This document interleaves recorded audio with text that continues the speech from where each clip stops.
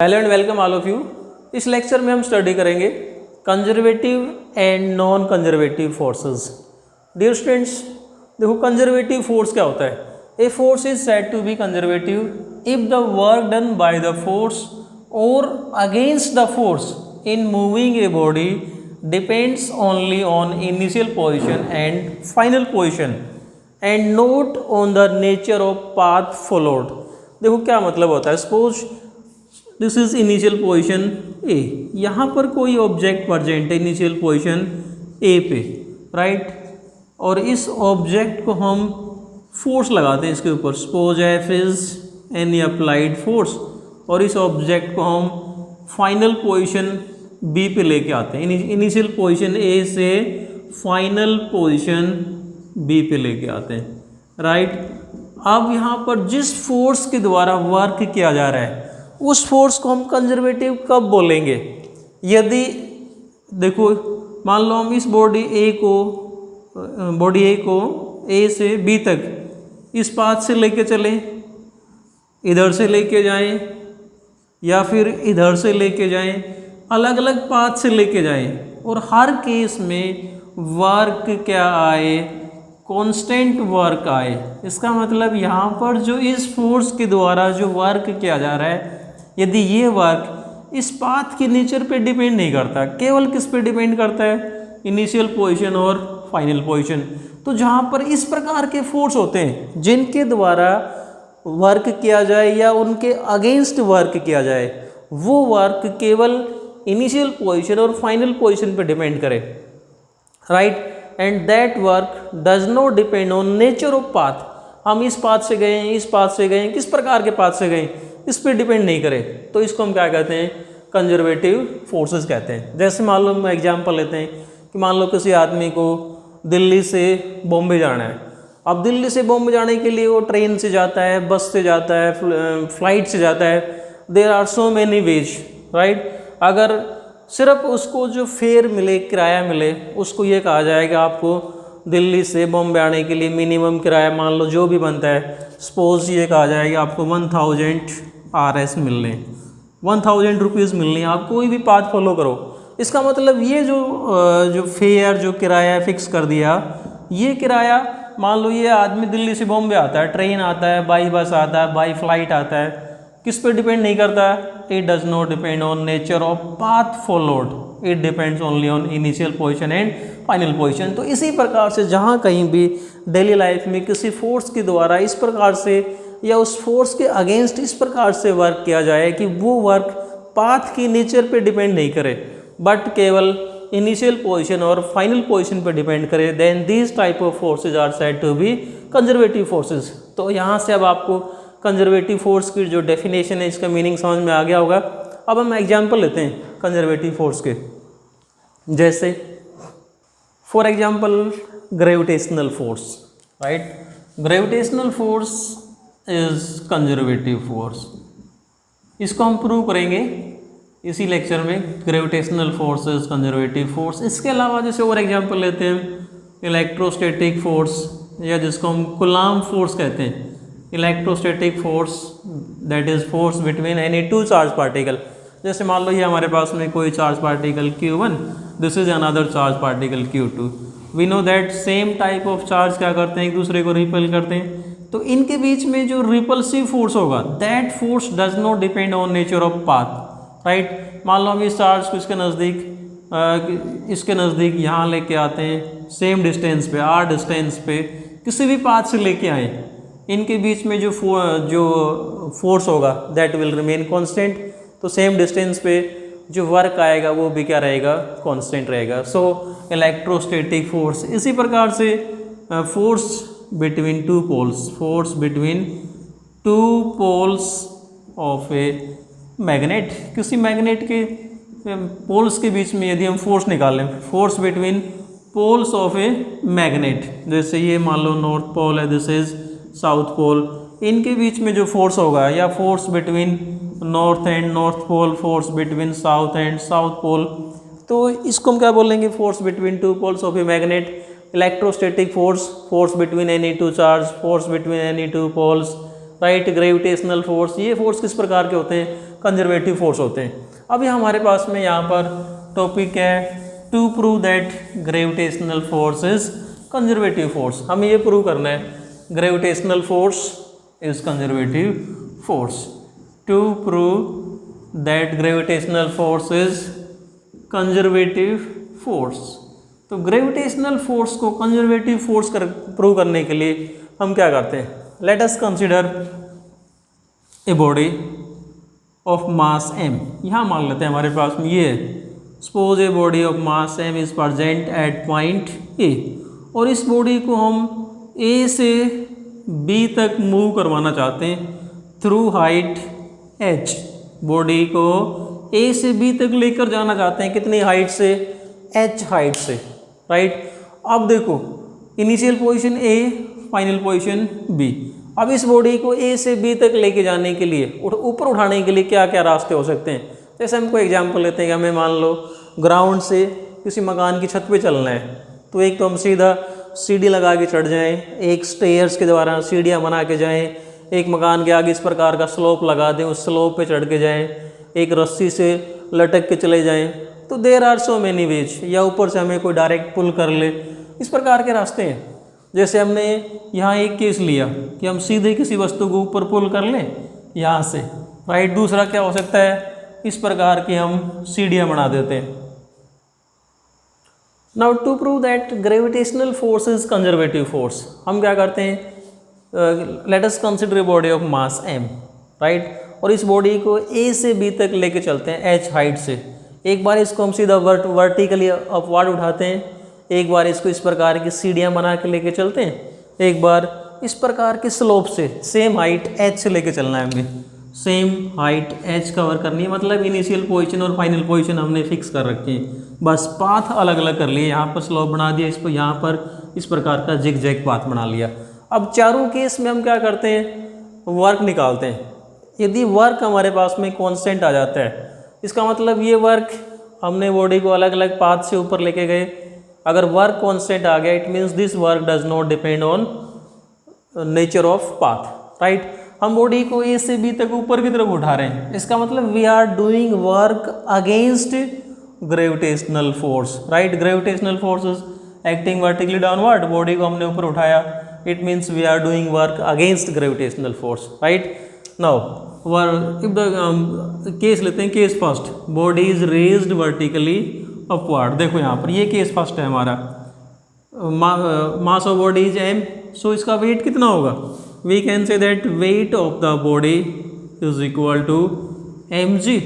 सो force required, इस body को हमें ऊपर उठाने के लिए कितना फोर्स चाहिए, कम से कम इसके वेट के बराबर फोर्स चाहिए इसको ऊपर उठाने के लिए। और मान लो डिस्प्लेसमेंट कितना है, h, that work is dot product of force and displacement, right। F is applied force in the upward direction, then we can say that work is equal to क्या होगा, F s cos theta, theta is 0, force and displacement are in the same direction, so work is equal to F means force, force is equal to mg, s क्या displacement कितना है, h, so cos 0 क्या होता है 1, that is work is equal to mgh। पहले case में इस body को वर्टिकली रेज करने में हमने कितना वर्क किया, mgh, राइट। अब केस लेते हैं सेकंड केस। सेकंड केस में हमने क्या किया, body is raised through stairs, using stairs. हमने यहाँ पर इस बॉडी को स्टेयर का मतलब सीढ़ियों से उठाया। ये जो स्मॉल स्टेयर्स हैं, प्रत्येक स्टेयर की जो हाइट है वो मान लेता हूँ मैं h dash. Suppose we have n stairs of height h dash, right. So we can say that total height will be equal to n h dash. We have n stairs of height h dash plus h dash plus h dash. कितनी stair है, कितनी सीढ़ियाँ हैं, n, तो total height कितनी आ जाएगी, h is equal to n h dash. ये जो स्टेयर्स की हाइट हमने h डैश मान ली, और ये जो हॉरिजेंटल विड्थ है ना, ये मान लेते हैं x, ये वाली विड्थ यहाँ से यहाँ तक की विड्थ x, ये विड्थ x, हाइट कितनी है एक स्टेयर की h डैश, विड्थ कितनी है x। So if we calculate work for one stair, एक स्टेयर के लिए वर्क निकालोगे तो कितना होगा। देखो जैसे हमने यहाँ पर उठाया h हाइट से, इसी प्रकार से इस बॉडी को h डैश हाइट से उठाने के लिए कितना वर्क करना पड़ेगा, mgh डैश, राइट। प्लस यहाँ से यहाँ तक चलेंगे तो इस केस में वर्क कितना होगा, we can say that in this case work will be 0 because we know that work क्या होता है, work is product of force and displacement F dot S। जब बॉडी को हम ऊपर उठा रहे हैं then force and displacement are in the same direction, right. अब फोर्स लगा, जब हम वर्टिकली ऊपर उठाते हैं तो वर्क हुआ mgh डैश, जब हॉरिजेंटली चलते हैं राइट तो फोर्स तो ऊपर की तरफ है और ये डिस्प्लेसमेंट हुआ, एंगल कितना होगा 90, कोस 90 कितना होता है 0।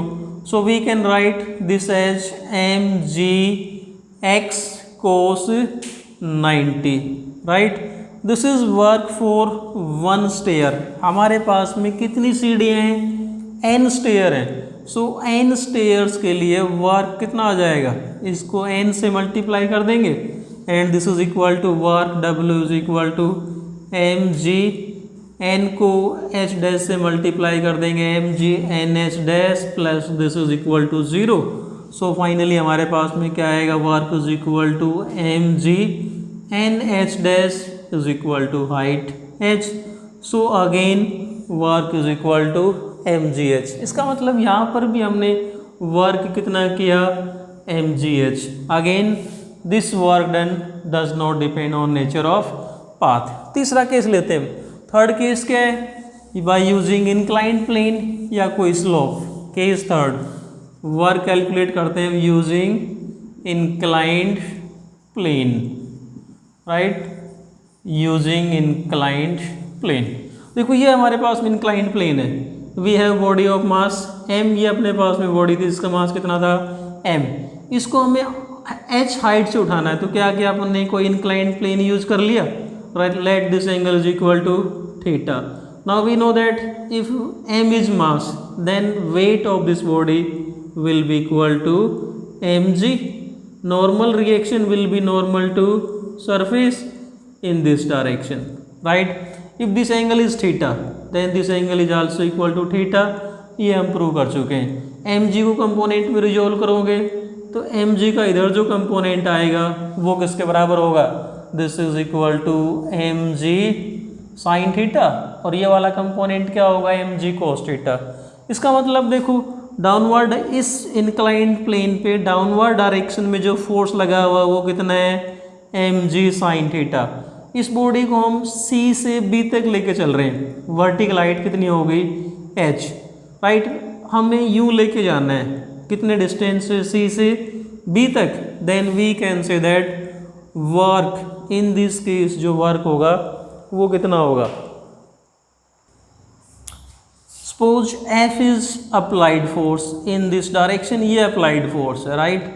फोर्स एंड डिस्प्लेसमेंट, फोर्स क्या है हमारा F और डिस्प्लेसमेंट क्या है यहाँ पर CB, C से B तक, राइट। और we can say that work is equal to F dot CB and minimum force जो हमें चाहिए वो किसके बराबर चाहिए, जो इस इंक्लाइंड प्लेन में डाउनवर्ड डायरेक्शन में जो फोर्स लगा हुआ है that is equal to mg sine theta. देखो F डॉट CB क्या होगा, FCB cos 0, force and displacement are in same direction, F आ गया हमारा mg sine theta into CB and cos 0 is 1, right. और we can say that work is equal to mg। यहाँ पर sign की value put कर दो, sine क्या होगा, perpendicular upon hypotenuse, sine theta is equal to perpendicular upon hypotenuse. तो हम साइन की वैल्यू पुट कर देते हैं AB अपॉन CB इंटू क्या है CB, CB से CB कैंसिल हो जाएगा और work is equal to mg and we know that AB is equal to h। So again work is equal to कितना आ गया mgh। इस केस में भी हमने वर्क कितना प्रूव कर दिया mgh, राइट। अब देखो एक केस और लेते हैं हम, अगर इसी बॉडी को हम किसी जिगजैग पाथ से रेज करते हैं, if the body is raised through this zigzag path, ये वाला जिगजैग पाथ, इस बॉडी को हम इस जिगजैग पाथ से रेज करते हैं, इस प्रकार के पाथ से. So we can resolve this path into two components, right. So इस केस में भी हम क्या कर सकते हैं कि ये मान सकते हैं कि this path consist of small, very small vertical and horizontal component. Vertical component dh, horizontal component क्या मान लेते हैं dx, राइट. सो केस 4 हमारा क्या बना, यूजिंग जिगजैग पाथ. अगर हम क्या यूज करें, इस प्रकार का जिगजैग पाथ यूज करके, at random zigzag path use करके इस बॉडी को लेके चलते हैं. देन देखो यहाँ से यहाँ तक लेके जाने में जो वर्क होगा कितना होगा, work mg dh, right, plus mg dx. Horizontal के केस में जैसे हमने यहाँ किया था, देखो h डैश की जगह स्मॉल हाइट हमने dh मान ली, तो वर्क कितना आएगा mg dh, right. Vertical case में हाइट h डैश की जगह dh, और हॉरिजॉन्टल के लिए x की जगह क्या मान लेंगे dx. Then work is mg dx, but यहाँ पर एंगल कितना होगा 90. देखो अगर हम ऊपर लेके चल रहे हैं एंगल 0, हॉरिजॉन्टल डायरेक्शन में फोर्स और डिस्प्लेसमेंट के बीच में एंगल 90 होगा. This is work for one small displacement dr. We can assume that total work will be sum of these infinite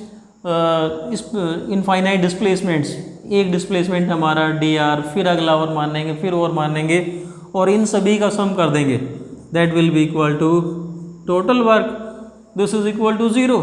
सो हमारे पास में वर्क क्या आएगा, work is equal to summation mg dh. mg constant है, summation dh, and summation dh is total height. That is again work हमारे पास में कितना आ जाएगा mgh. So we can say that in this case हमारे पास में हमने किसी बॉडी को ग्रेविटेशनल फोर्स के अगेंस्ट उठाया, और हर केस में वर्क क्या आया constant. It means this work done does not depend on nature of path, it depends only on initial and final position. So we can say that gravitational force is conservative force. Next definition हमारे पास में क्या आती है, non conservative force. देखो non conservative क्या होंगे, पहले वाले के अपोजिट. कंजर्वेटिव के अपोजिट क्या होंगे, non conservative. If the work done by the force or against the force in moving a body depends on nature of path, right. Nature of path followed between initial position and final position. Suppose हमारे पास में ये कोई object present है point A पे, ये initial position और ये मान लेते हैं इसके लिए फाइनल पोजिशन. मान लो हम इसको एक बार इस पाथ फर्स्ट के जरिए ए से बी तक लेके चलते हैं. Suppose W1 is work done. Again body is taken from A to B through this path. Second work is W2. फिर ए से बी तक और कोई पाथ ले लिया हमने, ये पाथ 3, और यहाँ पर क्या आया वर्क W3. अब अगर इन तीनों केसेस में इस पाथ से हम बॉडी को ए से बी तक लेके जाएं, इस पाथ से लेके जाएं, इस पाथ से लेके जाएं, और तीनों केसेस में क्या वर्क अलग अलग आए, तो जहाँ पर इस प्रकार के फोर्स होते हैं ना, उनको हम क्या कहते हैं, नॉन कंजर्वेटिव फोर्स कहते हैं. फॉर एग्जांपल जैसे हम बात करते हैं frictional force, right. Frictional force, suppose हम किसी बॉडी को ए से बी तक एक बार किसी रफ सरफेस से लेके चलते हैं, फिर किसी स्मूथ सरफेस से, राइट, और अगली बार यहाँ पर सरफेस के नेचर को और चेंज कर देते हैं, तो हमें क्या मिलेगा कि ए से देखो initial position and final position same है, लेकिन पाथ के नेचर को चेंज कर दिया, तो फ्रिक्शनल फोर्स के द्वारा जो वर्क आएगा वो क्या होगा, अलग अलग आएगा. इसका मतलब फ्रिक्शनल फोर्स कैसा होता है, नॉन कंजर्वेटिव फोर्स होता है. इसी प्रकार से दूसरा एग्जाम्पल लेते हैं, viscous forces. Work done bye viscous forces is also known conservative forces. तो ये था हमारे पास में concept conservative and non conservative. Thanks.